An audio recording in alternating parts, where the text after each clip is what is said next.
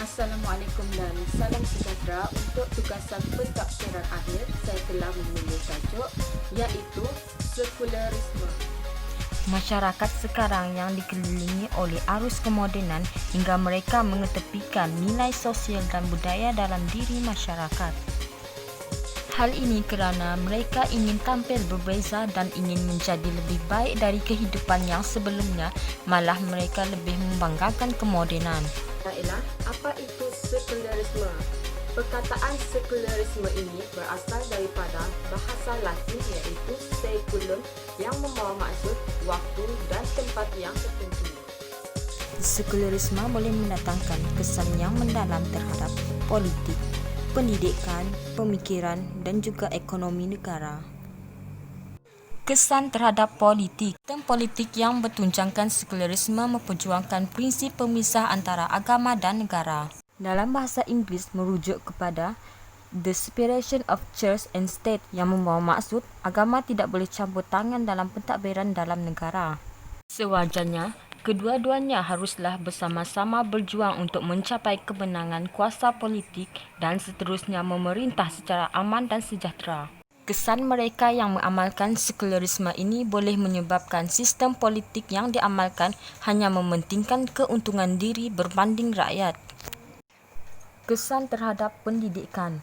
Tidak heranlah jika negara-negara memperjuangkan pendidikan yang berfalsafahkan agama berusaha untuk menyatukan kedua-dua falsafah yang berbeza di bawah satu bumbung iaitu bersifat agama dan material. Alangkah baik sekiranya kedua-dua aspek boleh dipraktikkan dalam masa yang serentak supaya kedua-duanya seimbang dan dapat diselarikan.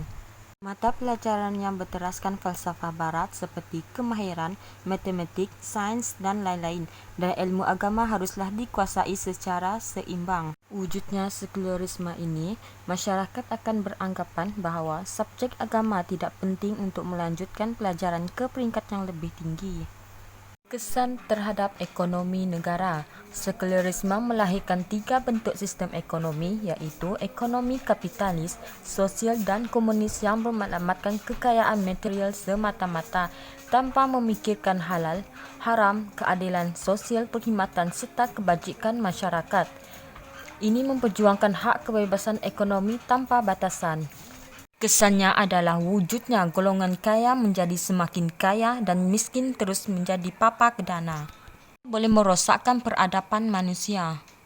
Hal ini boleh juga meruntuhkan akhlak dan nilai moral masyarakat. Selain itu, ia boleh menyebabkan perkembangan ekonomi menjadi tidak seiring. Kesan terhadap pemikiran. Penjajah barat yang membawa unsur sekularisme dalam masyarakat moden telah sedikit sebanyak mempengaruhi pemikiran terutamanya umat Islam pada masa kini. Hal ini berlaku kerana terpengaruh dan mengiyakan segala pemikiran dan falsafah barat sekular yang menyeleweng dengan mengadaptasikan ke dalam kehidupan Muslim.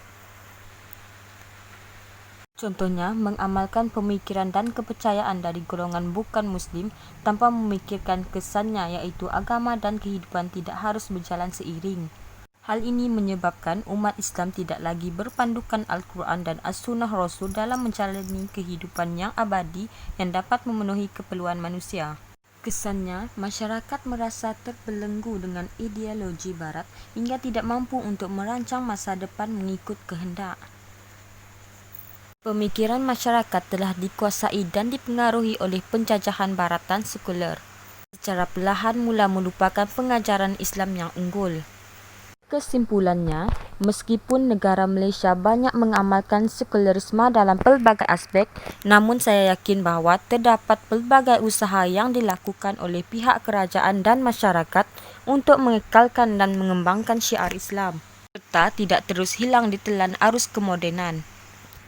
Sekularisme menjadikan umat Islam lemah walaupun ramai bagai buih dalam lautan. Yang disuburkan hanyalah material yang dinilai penting.